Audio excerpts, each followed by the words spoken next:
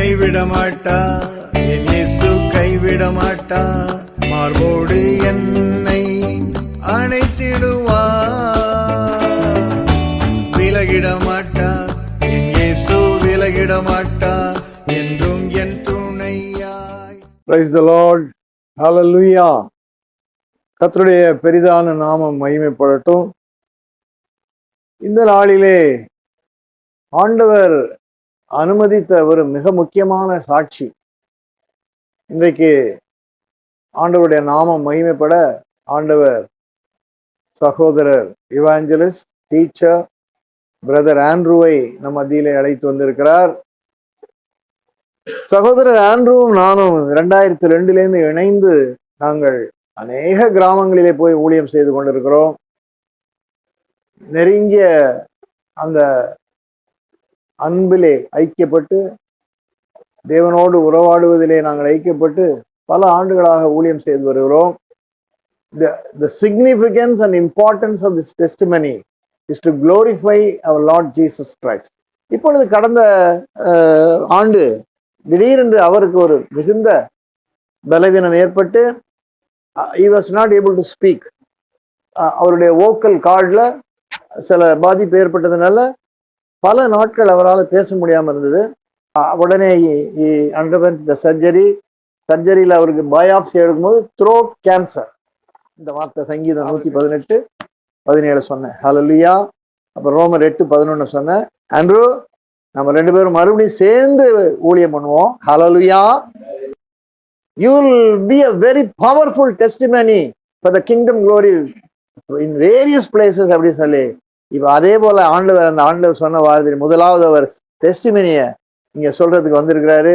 நாம் எல்லாரும் அவருடைய கரத்தை பலப்படுத்துவோம்.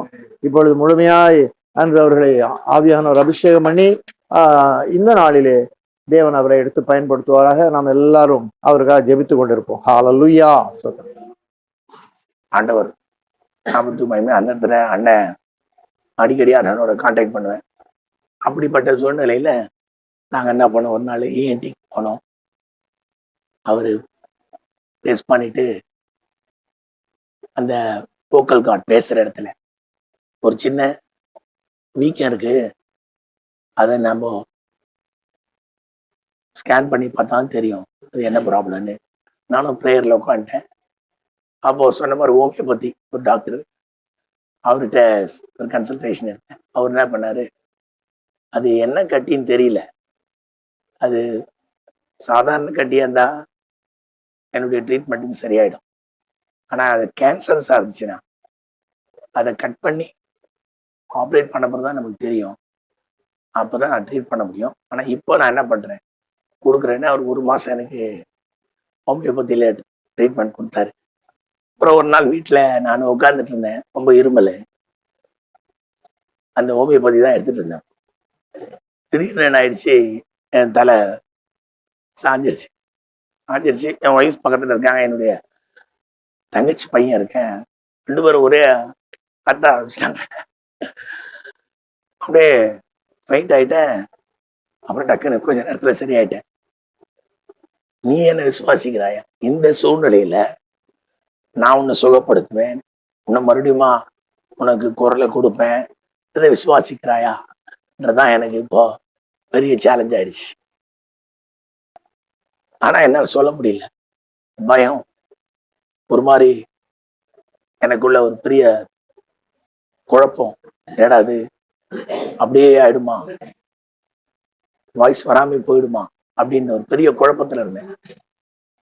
அப்படி இருக்கும்போது ஒரு நாள் மறுபடியும் ஒரு நாள் கார் எடுத்துக்கிட்டு எங்க வீட்டுல இருந்து ஒய்ஃப் யார்ட்டு சொல்லல, வெளியில போயிட்டு வர்றதுக்காக இருக்கிறான். இப்படி கொஞ்சம் மயக்கெல்லாம் வர்றதுனால இருமல் ஜாஸ்தி இருக்குனால வெளியில காரெல்லாம் எடுக்காதீங்க. நான் என்ன பண்ணேன், அன்னைக்கு கார் எடுத்துக்கிட்டு வெளியில மெயின் ரோடு போறேன்.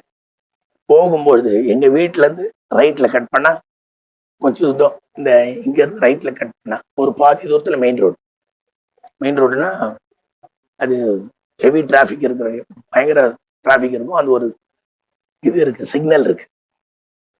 நான் போகும்போது ஒரு இந்த மெயின் ரோட்ல போய் ஜாயின் போறேன். அந்த நேரத்துல எனக்கு மறுபடியும் அந்த தலை சாஞ்சிருச்சு. எனக்கு என்ன பண்றதுன்னு தெரியல. ஸ்டேரிங்க பிடிச்சிருக்கேன், பிரேக்கை போட முடியல, என்ன ஆச்சுன்னே தெரியல. எனக்கு வண்டி நாடிச்சு ஸ்ட்ரெயிட்டா போயிடுச்சுன்னா மெயின் ரோட்ல போய் மாட்டியிருப்பேன். நான் சைட்ல வண்டி போய் போறோமா, ஒரு 4-5 பைக் நிறுத்தி வச்சிருக்காங்க. எப்போதும் ஆட்டோலாம் இருப்பான், நிறைய ஜனங்க இருப்பாங்க. அங்க யாருமே இல்லை, ஒரு 4-5 பைக்ஸ் மட்டும் இருக்குது. அது இடிச்சிருக்கு, போய் வண்டி இடிச்சு அது மேல எல்லாம் இதாகி உருண்டு போய் நின்றுச்சு. அப்பதான் ஏஞ்சி பாக்குறேன், என்னடாச்சுன்னு பார்த்தா அந்த ஏரியா ஃபுல்லா வண்டி எல்லாம் மேலே ஏறி என் வண்டி நின்றுட்டு இருக்கு. அப்போதான் ஆண்டவர் என்ன சொல்றாரு, டேய் நான் உன் கூட தானே இருக்கிறேன், என்ன நம்ப மாட்டேன், இன்னும் உன் கூட தான் இருக்கிறேன். நீ நினைச்சுக்கிற நீ தான் என்ன தெரிந்து கொண்டாய், இல்லடா நான் தான் உன்னை தெரிந்து. அன்றைக்கு என்கிட்ட பேசுறார். அப்பதான் சரி ஆண்டவரே, நான் என்ன பண்றேன், ட்ரீட்மெண்ட் போறேன். ஆனால் என்ன பண்ணோம், அவர் ஏன்ட்டிக்கிட்டு மறுபடியும் போகணும். ஒரு உடனே ஆப்ரேஷனுக்கு இது ஸ்கேன் எடுத்தாரு. ஸ்கேன் எடுத்து பார்த்தா ஒரு சின்ன கட்டி அதில் இருந்துச்சு. என்ன சொன்னாரு, ஆப்ரேட் பண்ணிடலாம், அதை பண்ணி அதுலேருந்து எடுத்து அது சாதாரண கட்டியா கேன்சரஸான்னு பார்க்கணும், இல்லைனா ட்ரீட்மெண்ட் கொடுக்க முடியாது, ஆனால் நீங்க ரெடியாங்க, நாங்கள் என்ன பண்ணோம். அடுத்த நாளே நாங்கள் ஆப்ரேஷன், கொஞ்சம் காம்ப்ளிகேட்டட் ஆப்ரேஷன் தான், ஏன்னா அது கேன்சரஸா ஆர்டினரியான்னு தெரியாது. ஆப்ரேட் பண்ணும்போது ஒரு கேன்சரஸா இருந்துச்சுன்னா, போயிடுச்சுன்னா பாடி ஃபுல்லா என்ன ஆயிடும், ஸ்ப்ரெட் ஆயிடும். அந்த டாக்டர் பயந்தாரு. நான் சொன்ன பண்ணுங்க எது இருந்தாலும். நான் சொன்னேன், நான் இங்க இல்லை, நான் மேலதான் இருப்பேன், ஒன்றும் பயப்படாதீங்க, நான் ரெடியா இருக்கிறேன், நான் ரொம்ப நாள் முன்னே ரெடியா இருக்கிறேன், அதனால எதானாலும் நீங்க ஒன்றும் கவலைப்படாதீங்க, நீங்க பண்ணுங்க, நான் இங்க இல்லை, நான் அவர்கிட்ட இருப்பேன், அவரு வேலை தான் நான் இங்க இருக்க முடியும் கொஞ்ச நாள் அப்படின்னு சொன்னேன் அவர்கிட்ட. அப்புறம் அந்த ஆப்ரேஷன் பண்ணாரு. 1/2 hour தான் ஆப்ரேஷன், கட் பண்ணி எடுத்துட்டாங்க அந்த இது. அதுக்கப்புறம் கொஞ்சம் நல்லா இருந்துச்சு, தொண்டை மறுபடியுமா கொஞ்சம் கொஞ்சமா ஸ்லைட்டா வர ஆரம்பிச்சது அந்த கட் பண்ண பிறகு அந்த கட்டி. அப்போ என்ன சொன்னாரு, ஒரு 1 weekல ரிசல்ட் வந்துச்சு. அதான் அது ஒரு ஸ்கின் கேன்சர் உள்ள அந்த கட்டி. ஆனாலும் உங்களுக்கு ரேடியேஷன் அந்த இடத்துல கொடுக்கணும், கொடுத்தாதான் அந்த இடம் ஃபுல்லா என்ன ஆகும், அது அழிஞ்சிட்டா மறுபடியும் புது வாய்ஸ் பாக்ஸ் அந்த இடத்துல வரும். அதனால நீங்க என்ன பண்ணுங்க, ஆங்காலஜிஸ்ட் பாருங்க. ஒரு ஆங்காலஜிஸ்ட் வாய்ஸ் வருமானு தெரியாது, ஆனால் ரேடியேஷன் நான் கொடுக்குறேன், 28 days கொடுப்பேன், ஏன்னா உங்களுக்கு பரவாம இருக்கிறதுக்கு அது. அதனால நீங்க வாய்ஸ் வருமானதுதான் எனக்கு தெரியாது, வாய்ஸ் திருப்பி நீங்க பேசாம போயிடலாம் சொல்லிட்டு ஸ்டார்ட் பண்ணாரு. ஆனால் 28 days.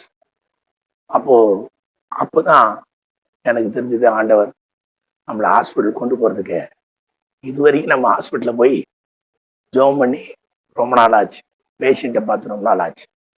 ஸோ அந்த 28 days எனக்கு ஒரு பெரிய ஆப்பர்ச்சுனிட்டி, என்ன ஆண்டவர் பற்றி சொல்றதுக்கு, அந்த ஜனங்க படுற கேன்சர் மூலமா ஜனங்க படுற கஷ்டத்தை பார்க்கறதுக்கு. அதெல்லாம் எனக்கு முன்னாடி தெரியாது. கேன்சர்னு தெரியும், ஒரு வியாதின்னு, பட் ஆனால் எவ்வளோ கஷ்டப்படுறாங்க ஜனங்கன்றது அந்த அந்த 30-35 நாள் அந்த ஹாஸ்பிட்டல் போகும்போது எனக்கு தெரியும் எவ்வளோ ஜனங்க கஷ்டப்படுறாங்க அப்படின்னு.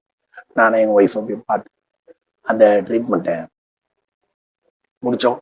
அப்புறம் கொஞ்சம் கொஞ்சமாக வாய்ஸ் திருப்பியுமா நல்லா வர ஆரம்பிச்சது. ஆனால் அது ஆச்சரியம், அவர் டாக்டர்ஸ்க்கே ஆச்சரியம் தான், எப்படி இது மறுபடியுமா நல்லா பேச முடியுது அப்படின்னு ரொம்ப ஆச்சரியப்பட்டார் அந்த இவரும். இன்னைக்கு ஆண்டவருடைய கிருபையில மறுபடியுமாக அவருடைய நாமத்தை பிரஸ்தாபிக்க, அவருடைய நாமத்தை பிரசங்கிக்கும் தேவன் இந்த நாட்கள்ல கொடுத்த இந்த மட்டில்லா கிருபைக்காக தேவனுக்கு நன்றி சொல்கிறேன். அந்த ட்ரீட்மெண்ட் நாட்களில தேவன் எப்படியாய் நம்முடைய கிருபையினால எந்தவித வேற சைடு எஃபெக்ட்ஸ், கஷ்டங்கள், வேதனைகள் வராமல் தம்முடைய பிள்ளைகளுக்குரிய அந்த சுகத்தையும் பலத்தையும் அவருடைய கிருபையின் மேல் கிருபையையும் அந்த நாட்களிலே அவர் என் மேல் பொழிந்ததுக்கு தேவனுக்கு கொடா கோடி ஸ்தோத்திரம். அதை வார்த்தையினால் சொல்ல முடியாது. தேவனுடைய அந்த கிருபைகளை வார்த்தையினால் சொல்ல முடியாது. அப்படி தேவன் அந்த நாட்கள்ல எனக்குள்ள இருந்த பயங்கள், இருள், பிசாசினுடைய எல்லா விதமான குழப்பங்கள் எல்லாவற்றிலிருந்தும் அவர் விடுவித்து மறுபடியும் அவருடைய வார்த்தையை உறுதியாய் விசுவாசிக்கவும் பற்றி கொள்ளவும் நான் அவரை தெரிந்து கொள்ளவில்லை, அவர்தான் என்னை கைப்பிடித்திருக்கிறார் என்பதை அந்த நாட்களில் மறுபடியுமா எனக்கு அவர் கன்ஃபார்ம் பண்ணிட மறுபடியுமாய் அவர் உறுதிப்படுத்தினார். ஆகையால் தான் இன்றைக்கு இந்த சாட்சியை உங்கள் மத்தியிலே நான் சொல்ல வைக்க முடிகிறது. எந்த பலவீனங்களும் மேற்கொள்ளாதபடிக்கு இந்த நாட்கள்ல தேவன் பலத்தின் மேல் பலத்தை அந்த நாட்கள்ல எனக்கு தந்து அவருடைய வார்த்தை எவ்வளவு உண்மையுள்ளதா இருக்கு என்பதை என்னுடைய வாழ்க்கையில அவர் நிரூபித்து காண்பித்தார். அதை நாம் அனுபவிக்கும் பொழுதுதான் அது நமக்கு புரியும். அதை சொல்லும் பொழுது நிறைய பேர் புரியாது. அதை அனுபவிக்கும் பொழுது நாம் தனிப்பட்ட விதத்தில் தேவனுடைய கிருபையை நாம் நம்முடைய பலவீனமான நாட்களில, நம்முடைய சுகவீனமான நாட்கள்ல நாம் அனுபவிக்கும் போதுதான் அது நமக்கு புரியும். தேவன் அப்படிப்பட்ட கிருபையை வரப்போற நாட்கள்ல தேவ பிள்ளைகளுக்கும் அவரை நோக்கி அப்பா என்று கூப்பிடுகிற, இயேசுவே என்று அவரை நோக்கி கூப்பிடுகிற ஒவ்வொரு மக்களுக்கும் அந்த கிருபையை வரப்போற நாட்கள்ல சுகவீனமான மக்களுக்கும், ரட்சிப்பில்லாத மக்களுக்கும், பலவீனமான மக்களுக்கும் அவர் தருவார் என்பதை மறுபடியும் ஆணித்தரமாக தேவன் இந்த வாயிலை அவர் சொல்ல வைத்ததுக்காக தேவனுக்கு கொடா கோடி ஸ்தோத்திரம். தேவன் தாமே இந்த சாட்சியை ஆசீர்வதிப்பாராக. ஆமென். ஓடிடுமே தவிப்பும் சஞ்சலமும் ஓடிடுமே, விலகிடுமே பயமும் திகிலும் விலகிடுமே, பரிசுத்தர் சத்தம் கேட்டதுமே. ஓஹோ, பரிசுத்தர் சத்தம் கேட்டதுமே.